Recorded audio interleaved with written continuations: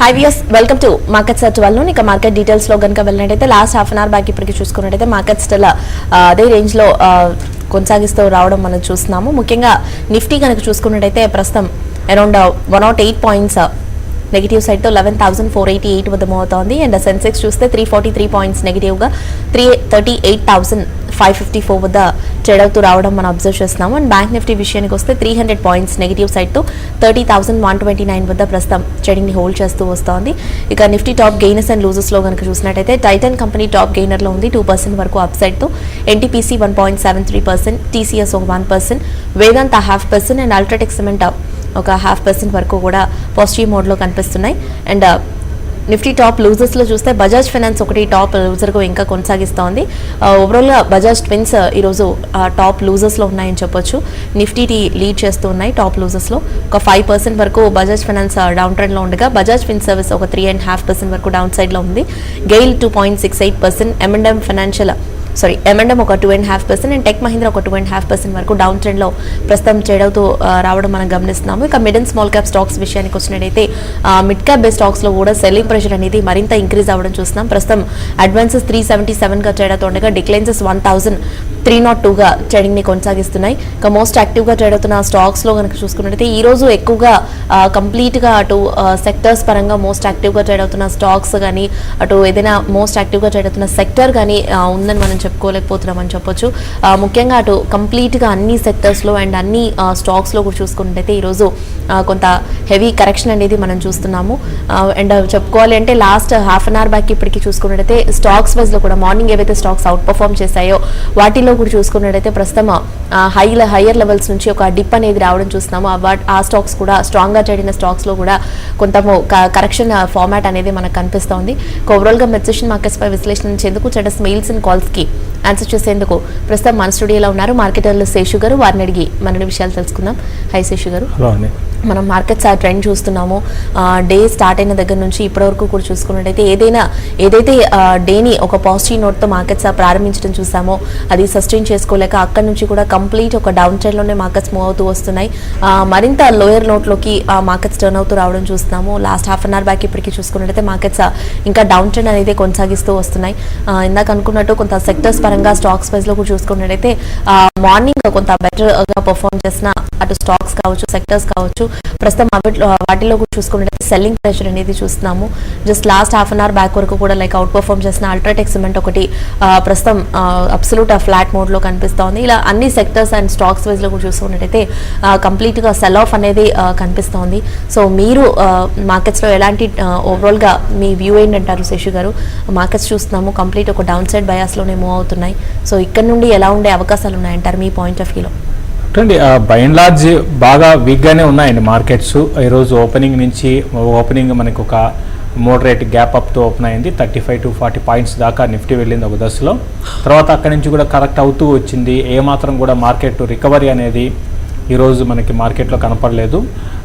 అంటే main reason చెప్పాలి అంటే ఫస్ట్ మామూలుగా అసలు చాలామందికి అంటే మన మార్కెట్స్ ఈ విధంగా పడ్డానికి కారణాలు ఏంటి అని ఒకసారి గమనిస్తే గ్లోబల్గా ఎటువంటి ప్రాబ్లం లేదండి. అంటే గ్లోబల్ ఫైనాన్షియల్ మార్కెట్స్ పరంగా చూసుకుంటే ఈరోజు కూడా చూసుకుంటే దాదాపు అన్ని మార్కెట్స్ 1% క్లోజర్గా తో గెయిన్స్ ఉన్నాయి.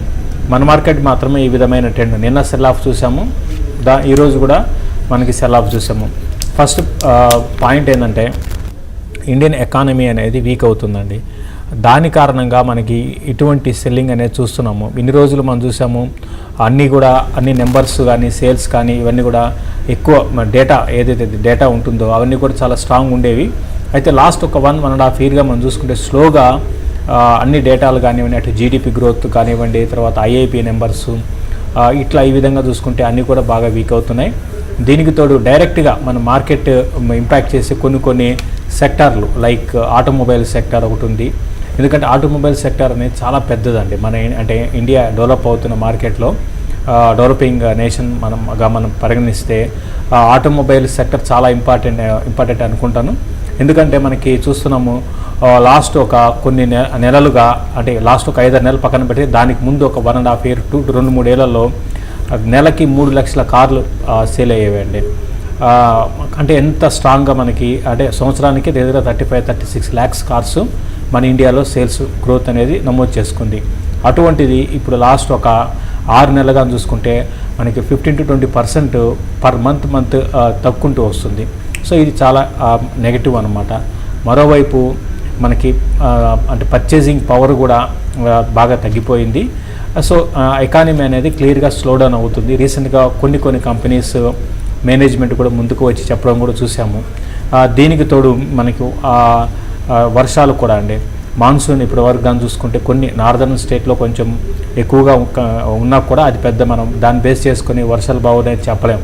ఎందుకంటే మెయిన్ సౌత్ అంటే అగ్రికల్చర్ బేస్డ్ ఎక్కడైతే అంటే లైక్ ఆంధ్రప్రదేశ్ కానివ్వండి, తమిళనాడు, ఇవన్నీ కూడా అగ్రికల్చర్ మీద డిపెండ్ అయిన స్టేట్స్ అనమాట. అటు ఉత్తరప్రదేశ్ ఇటువంటి స్టేట్స్లో వర్షాలు పడితే అది ఎకానమీకి బాగుంటుంది.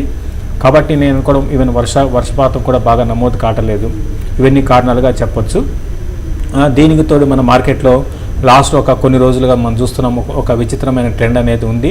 నిఫ్టీ పరంగా మనకి పెద్దగా కరెక్షన్ అనేది లేకపోయినా కూడా స్టాక్స్లో ఈవెన్ క్వాలిటీ స్టాక్స్ మంచి నెంబర్స్ అనౌన్స్ చేసిన కంపెనీస్ కూడా lack of buying stock price అనేది డిక్లైన్ అవుతూ ఉంది. కాబట్టి ట్రేడర్స్ ఆర్ ఇన్వెస్టర్స్ మాత్రం చాలా జాగ్రత్తగా ఉండాలి. మరి ముఖ్యంగా ట్రేడింగ్ చేసే వాళ్ళు బాగా పడింది కదా బై చేయడం అనేది కరెక్ట్ కాదు. నేను లాస్ట్ కొన్ని రోజులు కూడా చెప్తున్నాను, అటు బ్యాంక్ నిఫ్టీ సెల్ ఇవ్వడం జరిగింది, తర్వాత నిఫ్టీని కూడా సెల్ చేసాము, చాలా సెల్ కాల్స్ కూడా ఇచ్చాము మనం. నిన్న కూడా నేను ఆఫ్టర్నూన్ ప్రోగ్రాంలో కూడా బ్యాంక్ నిఫ్టీని తర్వాత కొన్ని స్టాక్స్ని కూడా సెల్ ఇచ్చాము. సో ప్రస్తుతానికి మాత్రం మార్కెట్స్ని అనుకోవడము పెద్దగా పెరగడానికి రీజన్స్ పెద్దగా ఏం లేవండి.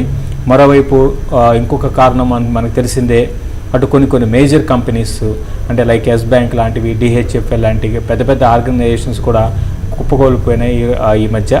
అది ఒక కారణం అని చెప్పొచ్చు. సో అన్నీ కలిసి ఈ విధంగా మార్కెట్ పడడానికి దోహదపడుతున్నాయి. మళ్ళీ ఇంకొక అంటే ఈరోజు రిలయన్స్ రిజల్ట్ ఉన్నాయి. సార్ రిలయన్స్ కూడా డిసప్పాయింట్మెంట్ చేసే అవకాశాలు కనపడుతున్నాయి. దాని కారణంగా లాస్ట్ ఫ్యూ డేస్గా ఈ స్టాక్ కూడా వీక్ అయింది. కాబట్టి దాని ముందే మార్కెట్స్ అంటే ముందే స్టాక్ ప్రైస్ మనకి పడ్డం చూస్తున్నాము. కాబట్టి నా ఉద్దేశం ప్రకారం ఈరోజు రిజల్ట్ రిలయన్స్ వీక్గానే ఉండొచ్చు. అయితే మార్కెట్ ఎక్స్పెక్ట్ చేసిందికి అనుగుణంగా వస్తే స్టాక్ కొంచెం ఆగొచ్చు. లేని పరిస్థితుల్లో రిలయన్స్ 1220 ఆ లెవెల్స్ని కూడా టెస్ట్ చేసే అవకాశం కనపడుతుంది రానున్న రోజుల్లో. బైలాట్ చెప్పాలంటే అన్ని సపోర్ట్ లెవెల్స్ కూడా నిఫ్టీ అండ్ బ్యాంక్ నిఫ్టీలు కూడా బ్రేక్ అయినాయి. కాబట్టి ఫర్దర్ డౌన్ సైడ్ ట్రెండ్ అనేది కొనసాగవచ్చు. 11,420 దగ్గర కొంచెం సపోర్ట్ ఉంది. అక్కడ నుంచి కొంచెం మార్కెట్స్ అక్కడ నుంచి ఒక చిన్నపాటి బౌన్స్ అయ్యి మళ్ళీ నెక్స్ట్ సెకండ్ డౌన్ సైడ్ ర్యాలీలో డౌన్ సైడ్ బ్రేక్అవుట్లో అంటే ఒక 11,420 ఆ లెవెల్ బ్రేక్ అయితే 11,000 దాకా నిఫ్టీ రావడానికి అవకాశం ఉంది. ఓకే శశి గారు, ఓవరాల్గా చూస్తే మీరు ఇందాక అన్నట్టు నిజంగానే రిలయన్స్ విషయానికి వచ్చినట్టయితే రిలయన్స్ మనం ఈ మధ్యకాలంలో చూసాము. లాస్ట్ కొద్ది రోజులుగా కనుక చూస్తే కొంతవరకు కరెక్షన్ ఫార్మాట్లోనే ఇది లాస్ట్ ఫ్యూ డేస్గా కూడా మూవ్ అవుతూ వస్తుంది. అండ్ ఈరోజు రిజల్ట్స్ దృష్ట్యా ఇది ఎగైన్ కొంత కరెక్షన్ అనేది కూడా ఇందులో కొనసాగుతూ వస్తుంది. మార్నింగ్కి ఇప్పటికీ కూడా చూసుకున్నట్టయితే రిలయన్స్ కొంత వీక్ అయినట్టు కూడా కనిపిస్తోంది. మీరు ఇప్పుడే చెప్పడం జరిగింది రిజల్ట్స్ కొంత ఆశాజనకంగా రాకపోవచ్చు అని. సో ముఖ్యంగా కనుక చూస్తే రిలయన్స్లో కనుక ఇక్కడ నుంచి కనుక చూసుకున్నట్టయితే ఎలాంటి మూవ్స్ మనం చూడొచ్చు అంటారు? అటు రిజల్ట్స్ వచ్చిన తర్వాత ఈ స్టాక్లో కొంతవరకు డిప్స్లో పొజిషన్స్కి ఎంటర్ అవ్వడం బెటర్ అంటారా, లేదు ఇది కరెక్షన్ టైంలో ఉంది కాబట్టి ఇంకొంత టైం వరకు వెయిట్ చేయడం బెటర్ అంటారా? కానీ రిజల్ట్ అంటే ఇప్పుడు ఆల్రెడీ ఈరోజు రిజల్ట్ ఉన్నాయి కాబట్టి ఇప్పుడు ఈ రోజు బై చేయాల్సిన అవసరం అయితే ఒక ఇన్వెస్ట్మెంట్ పరంగా అవసరం లేదని చెప్తానండి. రిజల్ట్ చూసుకొనే బయింగ్ పొజిషన్స్ని తీసుకోవడం బెటరు. బట్ అది కూడా చూడండి, అంటే రిజల్ట్ చూసిన తర్వాత ఏదో ఒక నిర్ణయం తీసుకోవడం చాలా వరకు బెటర్ అనిపిస్తుంది. ప్రస్తుతానికి నా ఉద్దేశం ప్రకారం రిలయన్స్ రిజల్ట్ తర్వాత 1220 ఆ లెవెల్ బ్రేక్ అయితే మరింత పతనం కూడా రావచ్చండి. అది కూడా గమనించాలి. మనం అనుకుంటున్నాం ఇప్పుడే చాలా వరకు మెజారిటీ స్టాక్స్ అన్నీ కూడా వీక్ అయిపోతున్నాయి. ఈవెన్ ఇప్పుడు మనం మాట్లాడుతుంటేనే నిఫ్టీ న్యూ లోస్ కూడా వచ్చేసింది. కాబట్టి బయింగ్ వెళ్ళాలి అనుకుంటే రిలయన్స్లో తొందరపడి బై చేయాల్సిన అవసరం అయితే ప్రస్తుతానికి లేదండి. ఓకే శశి గారు, ఇక మనం చూస్తున్నాము ఇక ముఖ్యంగా కనుక చూస్తే గెయిల్ ఒకటి కూడా ఈరోజు బాగా వీక్గా కనిపిస్తుంది. లాస్ట్ ఈ ఫ్యూ డేస్గా కూడా చూస్తే అటు టెక్నికల్ గ్రాఫ్ వైజ్లో కూడా చూసుకున్నట్టయితే ఇది కొంత కంప్లీట్ డౌన్ సైడ్ ఇండికేషన్ అనేది మనకు కనిపిస్తూ ఉంది. సో అటు టెక్నికల్స్ వైజ్లో కావచ్చు, ఇటు సపోర్ట్స్ పరంగా చూసుకున్నట్టయితే ఈ స్టాక్ ఎలా ఉన్నాయంటారు?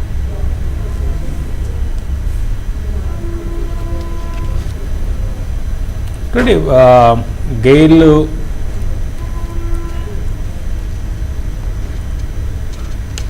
గేల్ చాలా మటుకు వీక్గానే ఉందండి. ఇది ఏంటంటే స్లోగా డౌన్ ట్రెండ్లో ఉన్న స్టాకు.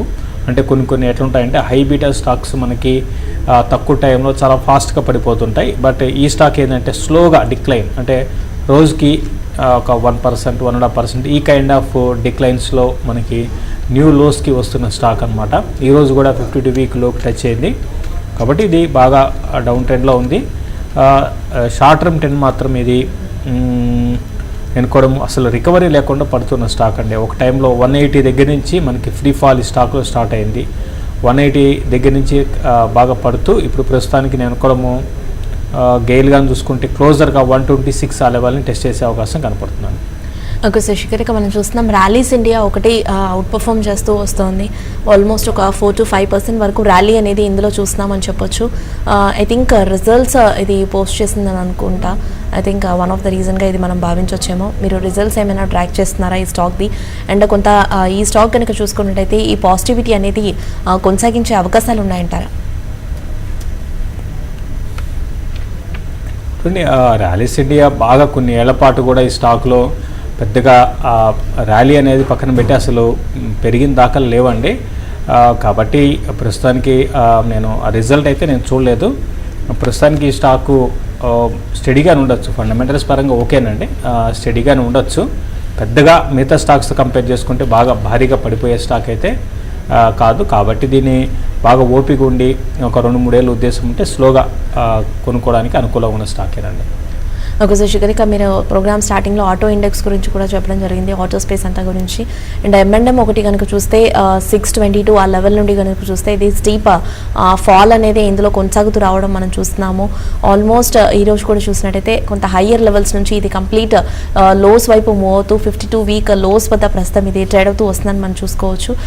సో దీనికి సపోర్ట్స్ పరంగా చూస్తే ఎలా ఉన్నాయంటారు? సో ముఖ్యంగా కనుక చూస్తే షార్ట్ టర్మ్తో M&M ఎలా కదలాడే అవకాశం ఉందంటారు? షార్ట్ టర్మ్ M&M ఆల్రెడీ బాగా వీక్ జోన్లో ఉందండి. మనం చూస్తే ఈ స్టాకు 900 దాకా వెళ్ళింది, అక్కడి నుంచి కూడా కరెక్ట్ అవుతూ వచ్చిన స్టాక్ ఇది.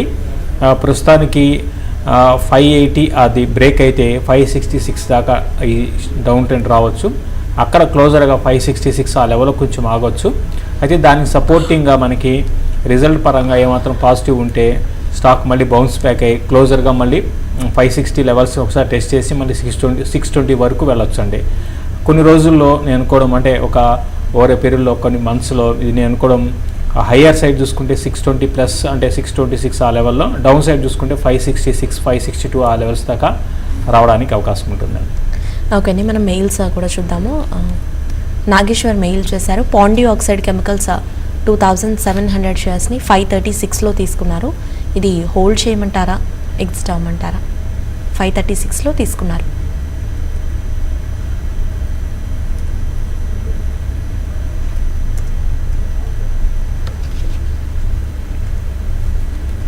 చూడండి, పాండి ఆక్సైడ్ బాగా 536లో తీసుకున్నారా? స్టాక్ అని చూసుకుంటే 200 రూపీస్కి వచ్చేసిందండి. మనం ఇప్పుడే ఇంతకుముందు కూడా అనుకుంటున్నాము, అటు నిఫ్టీ పరంగా పెద్దగా పడుతుంది లేదు, మెజారిటీ స్టాక్స్ అన్నీ కూడా భారీగా పడుతున్నాయని చెప్తున్నాము. అందులో భాగంగా ఇది కూడా చూసుకుంటే 500 రూపీస్ నుంచి, అంటే మీరు తీసుకున్న దగ్గర నుంచి కూడా దాదాపు ఇప్పుడు ప్రస్తుతానికి 52 వీక్లో ఈరోజు వచ్చింది స్టాకు. చాలా టెక్నికల్ పరంగా చాలా వీక్ ఉంది. నేను కూడా ఇంకా మరింత ఈ స్టాక్ వీక్నెస్ అనేది రావచ్చు. ఫండమెంటల్స్ పరంగా కూడా మనకి ఏమైందంటే అండి కొంచెం ప్రాఫిట్స్ బాగా తగ్గాయి, కొంచెం కాదు బాగా తగ్గాయి లాస్ట్ ఇయర్కి చూసుకుంటే. తర్వాత క్వార్టర్ చూసుకున్నా కూడా అంత గొప్పగా అయితే లేవు. సరే క్వార్టర్ బాగున్నాయి, బట్ లాస్ట్ ఇయర్తో కంపేర్ చేసుకుంటే మాత్రం మనకి ఇది బాగా తగ్గాయి. కాబట్టి చూడండి, ఈసారి రిజల్ట్ బాగుంటే ఏమైనా కొంచెం స్టాక్ 180 దగ్గర ఆగొచ్చు. లేని పరిస్థితుల్లో మరింత కింద 180 ఆ లెవెల్ బ్రేక్ అయ్యిందంటే మరింత కింద కూడా రావచ్చు. ప్రస్తుతానికైతే హోల్డ్ చేయండి. ఇప్పుడు ప్రస్తుతానికి ఈ దేనికి కూడా మంచి మనకి అంటే పాజిటివ్గా ఉన్న స్టాకులు పెద్దగా ఏం లేవండి మార్కెట్లో. దాదాపు అన్ని స్టాక్స్ కూడా బాగా నెగిటివ్గా ఉన్నాయి. కాబట్టి మీరు మార్కెట్ పరిస్థితిని అర్థం చేసుకొని ప్రస్తుతానికి హోల్డ్ చేయడం తప్ప చేసేది ఏం లేదండి. నెక్స్ట్ మెయిల్ చూద్దాం. శ్రీనివాసరావు మెయిల్ చేశారు, NCC ఎంట్రీ పాయింట్స్ అడుగుతున్నారు శేషు గారు. NCC ఎంట్రీ పాయింట్స్ అంటే ఫస్ట్ థింగ్ ఏంటంటే దీనికి అందరు తెలిసిందే, అటు మనకి అక్కడ ఆంధ్రప్రదేశ్లో కొత్త గవర్నమెంట్ వచ్చినాక ఈ స్టాక్లో సెల్లింగ్ అనేది స్టార్ట్ అయిందండి. దానికి రీజన్ ఏంటంటే ఏవైతే రివర్స్ టెండరింగ్ ఉందో దాన్ని అమలు చేస్తామని అక్కడ గవర్నమెంట్ ప్రకటించడము, దీనికి దగ్గరగా 6,000 crores దాకా కంపెనీ చెప్పిన ప్రకారము ఎక్స్పోజర్ ఉండడము, ఇవి కారణాలుగా చెప్పొచ్చు. బట్ ఏదేమైనప్పుడు కూడా ఎంట్రీ పాయింట్ అంటే బిలో 80 వచ్చినప్పుడు మీరు పిక్ చేసుకోండి. అయితే ఒకటి గమనించాలి, మార్కెట్స్ సపోర్ట్ లేదండి. మార్కెట్స్ ఏ స్టాక్ కూడా సపోర్ట్ లేదు. మార్కెట్స్లో ఈ విధంగా పడుతూ ఉంటే, ఈ విధంగా మనకి ఎకానమీ స్లో డౌన్ అవుతూ ఉంటే మిడ్ క్యాప్ పెరగడం అనేది పక్కన పెట్టండి, మరింత కిందకి వెళ్ళే అవకాశం ఉంటాయండి. వితౌట్ ఎనీ రీజన్ చాలా స్టాక్స్ 5 to 6%, 8% ఈ రోజు కానీ చూసుకుంటే చాలా స్టాక్స్ మల్టీ ఇయర్ లోస్కి వచ్చేసాయి అనమాట.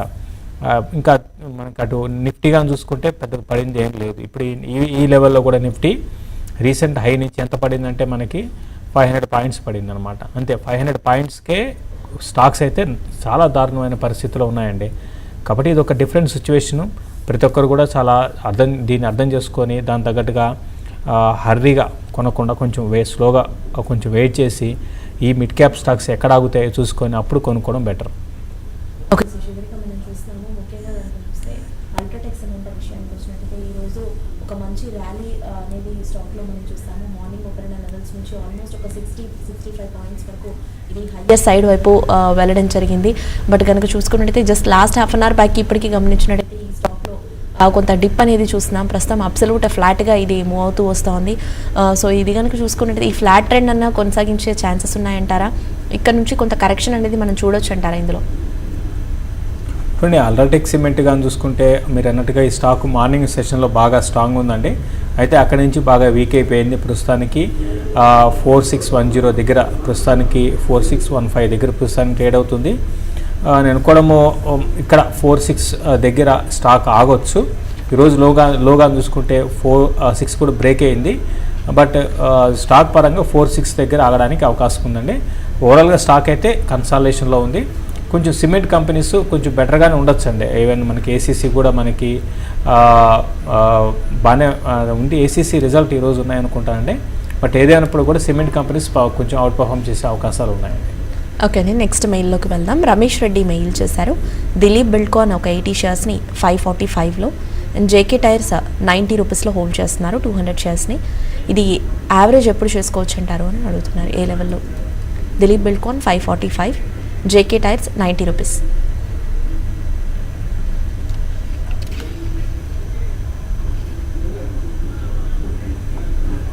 దిలీప్ బిల్డ్కాన్ విషయానికి వస్తే ప్రస్తుతానికి యావరేజ్ అయితే చేయకండి. ప్రస్తుతానికి ఉన్న పొజిషన్ హోల్డ్ చేయండి. మీరు తీసుకున్నది 500 రూపీస్లో తీసుకున్నారు. ప్రస్తుతానికి ఇది 480 దగ్గర ట్రేడ్ అవుతుంది, 400 దగ్గర ట్రేడ్ అవుతుంది. ఇది కొంచెం మరింత వీక్ అయ్యే అవకాశాలు కూడా ఉన్నాయండి. వీక్ కాకపోయినా కూడా ఇమీడియట్గా పెరిగే అవకాశాలు అయితే లేవు. ఇది మార్కెట్స్లో ఈ మిడ్ క్యాప్ తర్వాత మార్కెట్స్ పడకముందే ఈ స్టాక్ ఆల్రెడీ బాగా పడింది.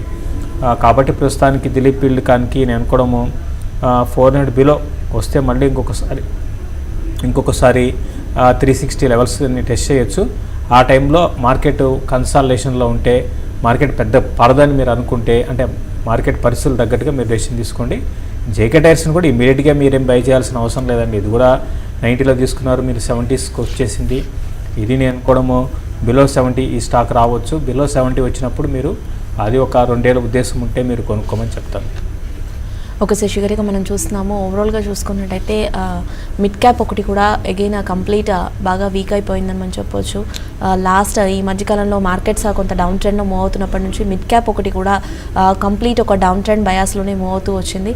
బట్ కొంత రికవరీ అనేది వచ్చినట్టు అనిపించినప్పటికీ అది అగైన్ మళ్ళీ సస్టైన్ అవ్వలేకపోయింది. ఈరోజు వన్ ఆఫ్ ద ఎగ్జాంపుల్గా మనం చెప్పుకోవచ్చు. ఈరోజు కొంత higher levels I mean opening నుంచి ఇప్పటివరకు కూడా చూసుకున్నట్టయితే మిడ్ క్యాప్ స్పేస్ బాగా వీక్ అవ్వడం మనం చూస్తున్నాము. కంప్లీట్ డౌన్ ట్రెండ్లోనే మిడ్ క్యాప్ బేస్ స్టాక్స్ అన్నీ కూడా మూవ్ అవుతూ వస్తున్నాయి. మీరు ఇందాక అన్నట్టు బాగా అవుట్ పర్ఫామ్ చేస్తున్న స్టాక్స్లో కూడా చూసుకున్నట్టయితే భారీ ఎత్తున పతనం అనేది మనం చూస్తున్నాము. So mid cap space stocks ఎలా మూవ్ అవ్వచ్చు అంటారు? అసలు మీరు ఎలాంటి మూవ్స్ని గమనిస్తున్నారు మిడ్ క్యాప్ స్పేస్లో? Mid cap by and large అన్నీ కూడా వీకే ఉన్నాయండి. మిడ్ క్యాప్లో మనకి పెరిగిన స్టాక్స్ అంటూ పెద్దగా లేవు. అన్నీ కూడా ఎక్కువగా వీక్గానే ఉన్నాయి. నేను ఇంతకుముందు చెప్పినట్టుగా మార్కెట్స్లో మనకి ఎక్కువ ఈ టైంలో చూసుకుంటే ఏవైతే అంటే అటు గెయినర్స్ లూజర్స్ తీసుకుంటే టాప్ లూజర్స్లో దాదాపు మెజారిటీ స్టాక్స్ అన్నీ కూడా టాప్ లూజర్స్లో ఉన్నాయి. టాప్ గెయినర్స్లో ఉన్న స్టాక్స్ కానీ చూసుకుంటే మనకి చాలా తక్కువ స్టాక్స్ ఉన్నాయండి.